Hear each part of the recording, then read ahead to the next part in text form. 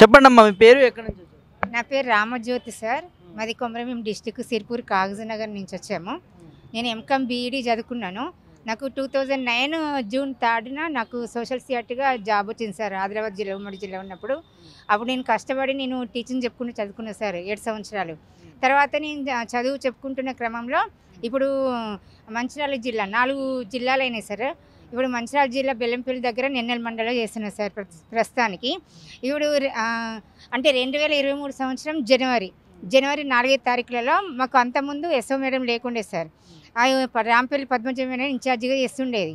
5 సంవత్సరాల తర్వాత ఆ ఎస్ఓ అమ్ముల మేడంని మా స్కూల్కి పంపించారు. 6 నెలలకే ఫుడ్ బాగా పెట్టట్లేదని విలేకరుని పిలిపించి పిల్లల్ని కూర్చోబెట్టి మొత్తం ఇష్యూ చేసి ఎంఏఓడిని పిలిపించి సస్పెండ్ చేయించారు సార్ ఆ మేడంని. అయితే నా చదువు చెప్పుకున్న క్రమంలో అందరిని అడిగారు, లెసన్ అయిందా, టైం ప్రకారం వెళ్ళొస్తున్నారా, ఏం చెప్తున్నారు ఏంటని అడిగారు. చెప్పాను సార్, నా records, lesson plan, teaching diary, fair note, slip test ప్రతి ఒక్కటి చూపెట్టాను. చదువు చెప్తున్నా సార్, ఈ లెసన్ చెప్తున్నా అని క్లాస్కు చూసారు, చెప్పాను. అయినా కూడా నాకు తెల్లారి నీకు కూడా వచ్చిందని నాకు సర్వీస్ స్టాఫ్ అనేది ఆర్డర్స్ అని ఇచ్చారు సార్. నేను గొడవలు ఏడ్చుకుంటే నేను ఎంఏఓ సార్ దగ్గరికి వెళ్ళిన, డిఓ సార్ అప్పుడు మాకు వెంకటేశ్వర సార్ ఉండే సార్. ఆ సార్కి చెప్పాను, సార్ నేను ఏం తప్పు చేయలేదు సార్, నేను చదువు చెప్పుకుంటున్నాను, మన నైట్ డ్యూటీస్ ఉంటాయి, నేను క్రమం తప్పకుండా డ్యూటీ చేసుకుంటూ వస్తాను, కానీ నేను ఏ తప్పు చేయలే, చాలా బీదస్తురాని అని ఏడ్చిన సార్. అయినా కూడా వెళ్ళమ్మా అని అనేవాళ్ళు. కానీ ఎంత ప్రతిరోజు వెళ్ళేదాన్ని కలెక్టర్ దగ్గరికి, భారతి హోలికేర్ మేడం చెప్పాను, సరే అమ్మ చూస్తాను. 1 మంత్లో ట్రాన్స్ఫర్ వెళ్ళిపోయారు ఆ మేడం. ఎమ్మెల్యే చిన్ని సార్ చెప్పాను, చేయలేదు. తర్వాత భగవత్ సంతోష్ సార్ వచ్చారు సార్, ఆ సార్ చెప్పాను. ఇక్కడ మనకు సెక్రటరీలో కర్ణ మేడంకి చెప్పాను, లలిత మేడంకి, మళ్ళీ ఇక్కడ మనకు దేవసేన మేడం చెప్పాను, మన స్టేట్ లెవెల్లో డిఎస్ ఆఫీసు, మళ్ళీ రమేష్ సార్కి ఎంత మందికి చెప్పినా కూడా చేయలేదు సార్. అప్పుడు కేసీఆర్ సార్కి లెటర్ పెట్టుకున్నాను, ఇవ్వండి చూడండి అని ఇచ్చారు సార్. మామూలుగా ఇప్పుడు కూడా రేవంత్ రెడ్డి సార్ వచ్చారు సార్, రేవంత్ రెడ్డి సార్ కూడా పెట్టుకున్నాను, ప్రజావాణిలో పెట్టుకున్నాను, రెసిడెన్షియల్ పెట్టుకున్నాను. 10 సంవత్సరాల కన్నా ఎక్కువ తిరుగుతున్నాను సార్. ఈ 100ల కొద్ది తిరుగుతున్నాను, రోజుల కొద్ది డిస్టిక్ లెవెల్లో తిరుగుతున్నాను, స్టేట్ లెవెల్లో తిరుగుతున్నాను. ఇంకా నా జాబ్ నాకు రావట్లేదు సార్. 18 నెలలు అవుతుంది సార్.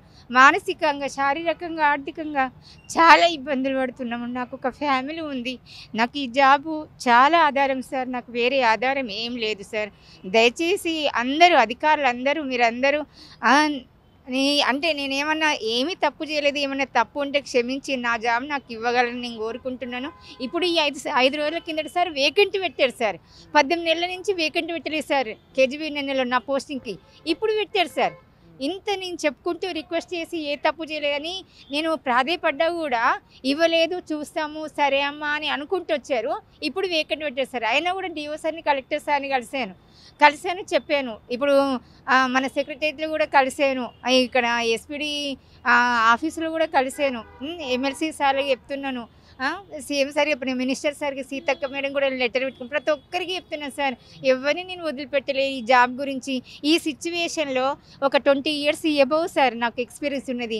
ఈ 6 ఇయర్స్ నువ్వు వెళ్ళు అంటే నేను ఎక్కడికి వెళ్ళాలి సార్? నాకు ఏం ఆధారం ఉంది? ఈ జాబు తప్ప. నాకు ఈ జాబు చాలా ముఖ్యం, నా జాబు నాకు ఇవ్వగలని నేను ప్రతి ఒక్క అధికారిని కోరుకుంటున్నా. సీఎం సార్ మీరు ఎక్కడున్నా కూడా వినగలరని, నాకు 2023 జనవరి 5వ తారీఖు నుంచి నా జాబ్ నాకు కంటిన్యూ చేయగలరని నేను కోరుకుంటున్నాను. మీ అందరినీ నేను చెప్పుకుంటూ నేను గుర్తు చేస్తుంటున్నాను.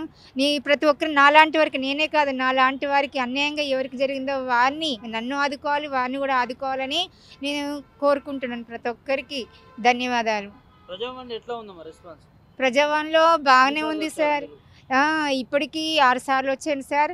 ఆ సార్ రెసిడెన్స్కి వెళ్ళాను, ఇక్కడికి వచ్చాను, సెక్రటరీకి వెళ్ళాను సార్, చాలాసార్లు వెళ్ళాను. అక్కడ ఈ పాస్ తీసుకొని వెళ్ళాను సార్. అక్కడ వేడి చేసేదాన్ని, మన అంతకుముందు కర్ణ మేడంకి చెప్పేదాన్ని. 15 మందిలో సార్ 5గురికి ఇచ్చేది సార్ 7 నెలల కిందట. మరి ఇంకా 10 మందికి ఇవ్వలేదు. మరి నేను ప్రతిసారి నేను డిస్టిక్ లెవెల్లో, స్టేట్ లెవెల్లో వెళ్ళాను, నాకే ఇవ్వలేదు సార్.